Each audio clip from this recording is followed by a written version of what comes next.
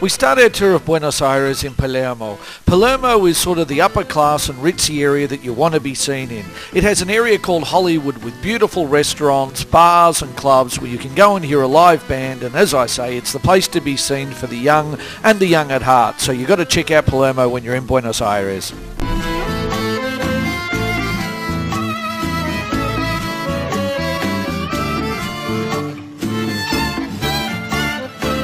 From there we make our way on to Recoleta. Now if you thought Palermo was upper class, Recoleta is the most swish suburb in all of Buenos Aires with a predominantly older community.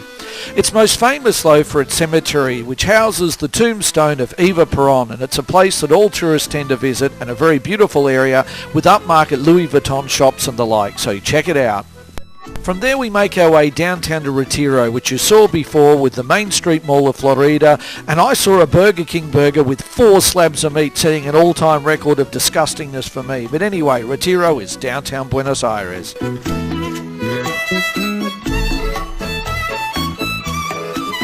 One of the real areas to come alive in the last 10 years is Puerto Madero.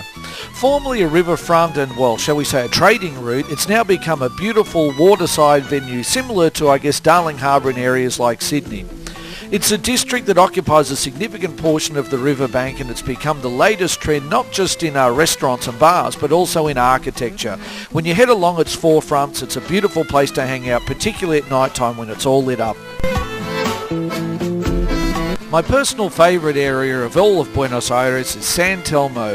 Okay, so here we are in my favourite part of Buenos Aires. We're in San Telmo. San Telmo is like the artistic and cultural centre. Arts, craft, tango shows, beautiful cobblestone streets, and that old style 1930s architecture. I absolutely love it. Oldest barrio or neighbourhood in the whole city. It's well preserved, and I love the cobblestone streets, the kitschy cafes, the tango parlours and the antique shops where you can look for all those old style, old school trinkets that you might like you're walking through a museum or an antique store.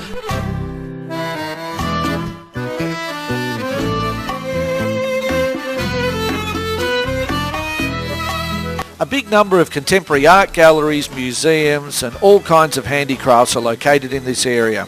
It has large areas of artist-run spaces, and on weekends there's a beautiful market with all kinds of knickknacks and artworks to be sold.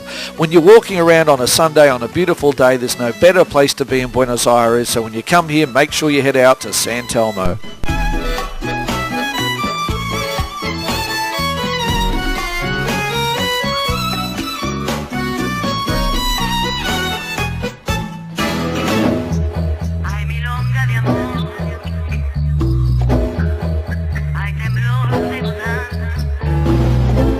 I went there though to check out a local tango show. Let's check it out.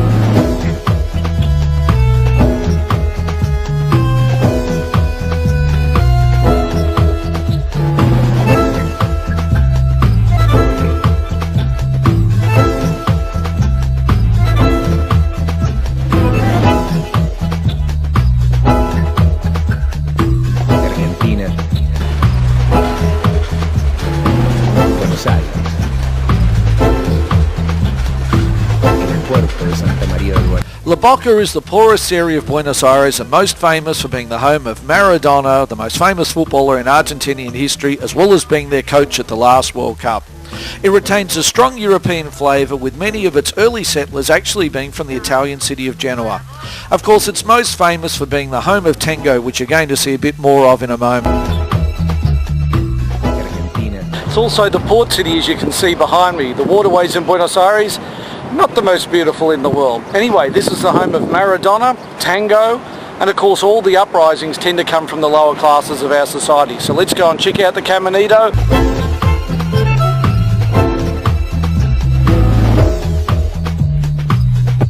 It's the most touristed area for the reasons that we've just outlined, but still a great place to check, whether it's the great brightly painted houses in the Caminito, sitting in a cafe, or just taking a walk around the town itself.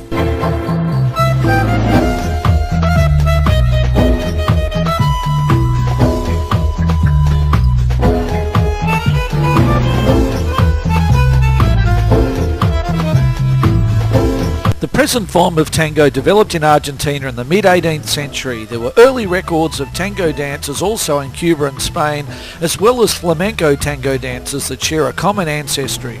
In Argentina, the word tango seems to have been first used in the 1890s.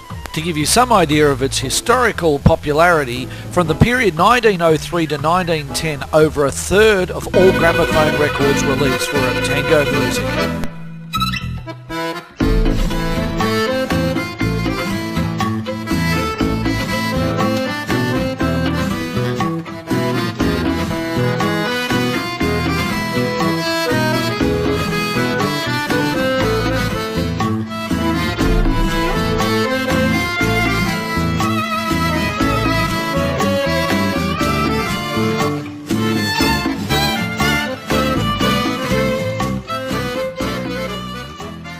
So having finished in La Boca, I made my way on the metro back downtown where you can jump on board the subway for only 25 cents. Okay, so here we are getting on board the metro.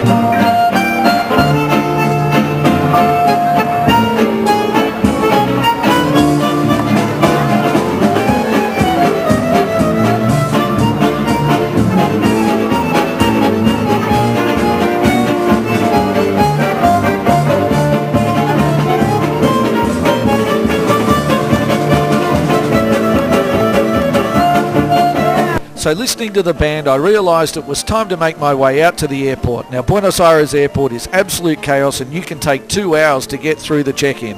Anyway, eventually I made it through and got on board my plane, bound for Australia and back home.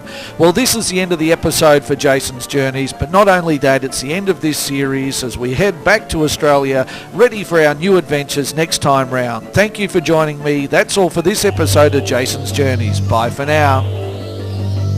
And remember my life motto, take the road less travelled and find your own way home. Goodbye, everybody.